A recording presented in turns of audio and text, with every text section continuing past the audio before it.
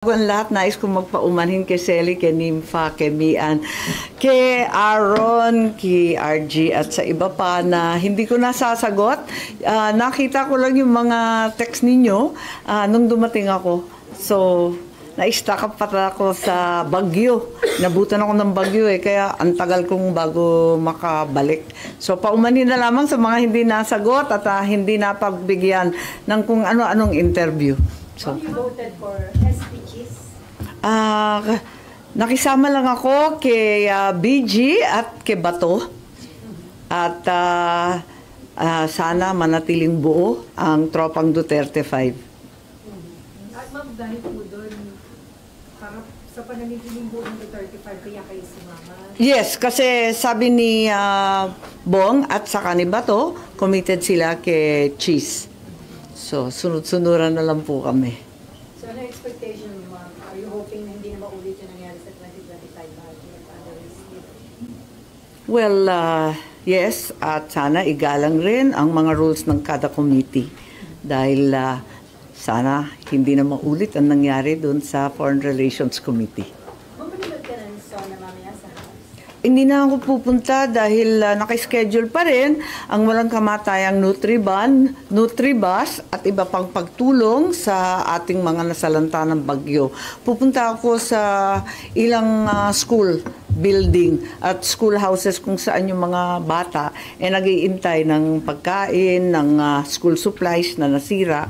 Pupunta na lamang ako doon. Naka-schedule kasi yun Tuloy-tuloy po kami nag-umpisa nung nauna doon sa Bagyong Krising. Pero saan na po inaasahan nyo sa SONA and PDM? Well, para sa akin, tama na yung magagarang damit at fashion show, tama na yung mahaba at pagarbong mga seremonya, tama na yung mga motherhood statements at ang walang katapusang mga datos na hindi naman nararamdaman sa ibaba. Gawa na lang tayo ng to-do list, ng lista ng gagawin sa mga susunod na taon. Simpleng-simple lamang ang pagkain. Ito nga ang flood control na trilyon na ang nawawala at nalunod sa baha. At ang kalusugan at edukasyon ng kada Pilipino. Gawa na lang tayo ng homework list. Yun na lang tayo. Sana ganun na lang kasimple. Ma'am, hindi kayo attend pero makikinig kayo? Siguro. Oo. Ma'am, hindi po ba... Abala ako ang haba ng listahan namin Medyo na-absent kasi ako. Ma'am, sorry. Ma'am, hindi po ba priority yung pag-attend muna sa SONA today and sa ibang araw yung mga schools po? Yung gano'n lang, ma'am. Since isang beses na... Palagay ko ang priority sa dalawang nakalipas na linggo ay tulungan ng ating mga kababayan na nasalanta ng bagyo. Mukhang maliwanag naman yun. May namatay pa. Kaya talagang kinakailangan. Tutukan natin itong problema ng bagyo.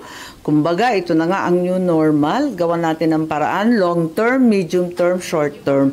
Dahil hanggang ngayon, wala pa naman ako nakikitang maayos na plano. As the President's sister, don't you think mahalaga na makita niya kayo doon? Marinig niyo personally yung kanya sasabihin po? Palagay ko marami naman akong dapat gawin at maitutulong. Pero ma'am, it doesn't mean naman na kinumbinsi kayo ni VP Sara not to attend also? Ay, hindi pa kami nag-uusap tungkol doon. I think hindi pa siya umuuwi. Itutuloy ko sa Senado sa aking ikalawang termino ang aking sinabi nung kampanya.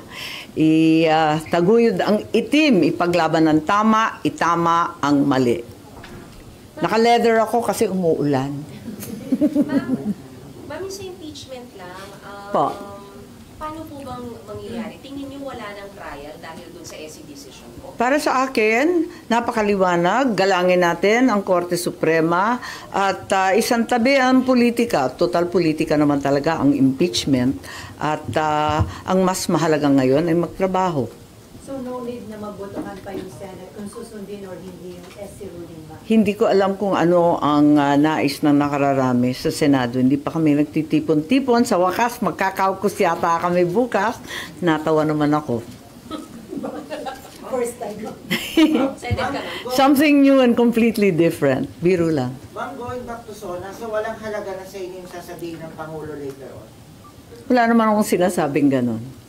Makikinig tayo, ang akin lamang, sana ang simpleng listahan ng dapat gagawin ang dapat ipalabas. Have you spoken to VP Sara about yung nangyaring SC decision? Nagkausap na po kayo ng VP Sara? Does she welcome it? Well, kinongratulate ko lang siya, pero sa katutak ang nagkakongratulate at nagpadala siya ng Bible verse Ano po ba? na nagpapasalamat sa Panginoon sa lahat ng ginawa niya para sa atin na kabutihan. Should the Senate leadership address yung issue na sinasabing budget insertion sa 2020? Yes, they should. They should answer it squarely and openly. How about you? How do you feel about it regarding that allegation? To my mind, it's not an allegation, it's the truth. Kaya hindi ako pumirma ng budget 2025. Alam po ninyo yun. Ako unang nagbunyag, tumayo ako noong early December tungkol sa BICAM at pinoprotesta ko ang proseso at yung mga pangyayari.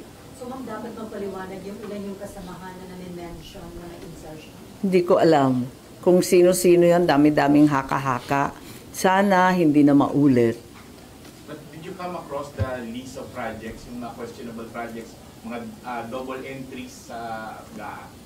Well, napakaliwanag naman na nangyari nung kampanya na bilyon-bilyon ay winaldas sa kung ano-ano. Kung yung hindi niyo po pag-attend mamaya po sa SONA, won't it be seen as yung dun sa rift niyo po with the President? Hindi, nakikiisa lamang ako sa Duterte Block po at hindi naman talaga pupunta. Hindi pumunta last year si Bongo, si Bato, hindi rin pupunta si Robin, ako rin, si Senator Marcoleta. Hindi ko alam kung ano ang desisyon. Pero nag-usap-usap po kami na hindi talaga pupunta. Ano po yung decision niyo as a block? Bakit po hindi kayo pupunta as a Duterte block? Hindi ko alam kasi yun ang napagkasunduan at last year nga, like I said, sina Bongo at saka sina Bato hindi na pumunta. Pero kapatid na Villar ma'am, di ba kasama sa Duterte Block? I think a-attend sila. Ma'am, sorry, sino po sa Duterte Block ulit yung hindi po makakarating mamaya? Kayo po, Ang pagkaalam ko yung apat, kayo po, Robin. Si Marcoleta hindi pa sure. hindi pa sure yata, pero parang he will go. is that a statement, ma'am? Yung hindi niyo pag-attend kayong apat? And what kind of statement? Ano pong statement yung gusto niyo iparating? Nasa sa inyo, pero para sa akin, ako personally, talagang ayoko pumunta kasi may napakaraming dapat gawin na para sa akin, urgent and important. Yung sa SONA, makikinig naman tayo. Alam ko na ilalathala naman lahat ng mga sasabihin ni Presidente sa ating mga pahayagan, sa radyo, sa TV. Mababasa naman namin yon at masusundan. Samantalang yung mga nangangailangan ng tulong, hindi na makakapag-intay. Okay. Okay. Salamat, ma'am. Thank you. Bye-bye. Where's SP?